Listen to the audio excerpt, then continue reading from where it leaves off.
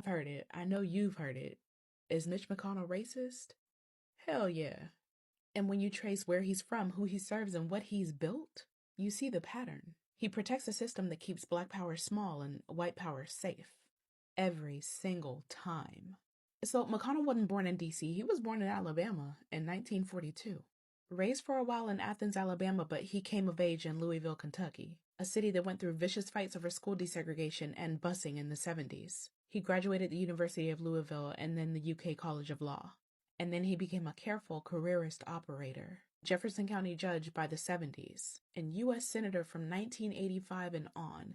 That is before I was born.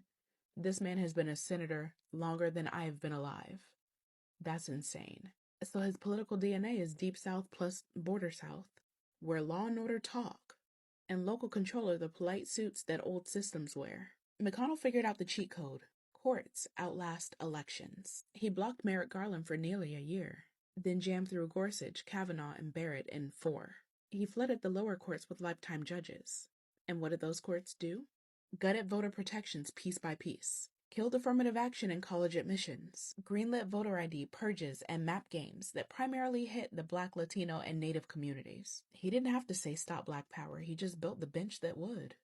After Shelby County v. Holder in 2013, you know, the one that ripped the teeth right out of the Voting Rights Act. Congress could have fixed it with the John Lewis Voting Rights Advancement Act. But McConnell's line was, there's no need for federal oversight. Meanwhile, states sprinted to pass voter suppression. Same day, gone. Drop boxes, cut.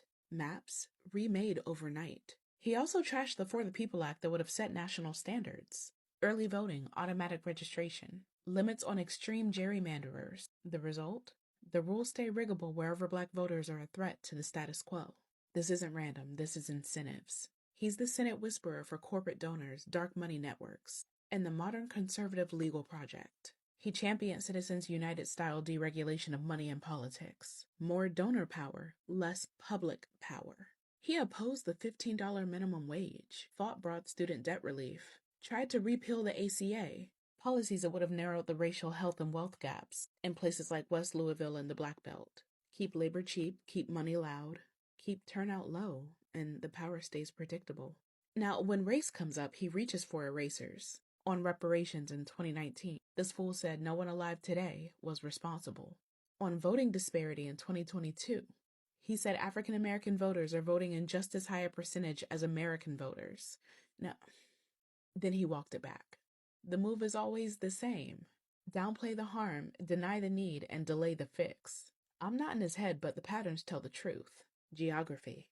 Alabama and Kentucky politics, shaped by segregation fights and local control. Coalition, business donors and cultural conservatives who benefit when Black turnout is harder and worker power is weaker. Strategy, courts and procedure, not slurs and shouting. So whether he feels racist is actually irrelevant. The outcomes of his choices consistently entrench racial hierarchy. That's not an accident, that is architecture. Mitch McConnell is a living example of how racism survives without ever having to raise its voice. You won't hear the word, but you'll feel the consequences.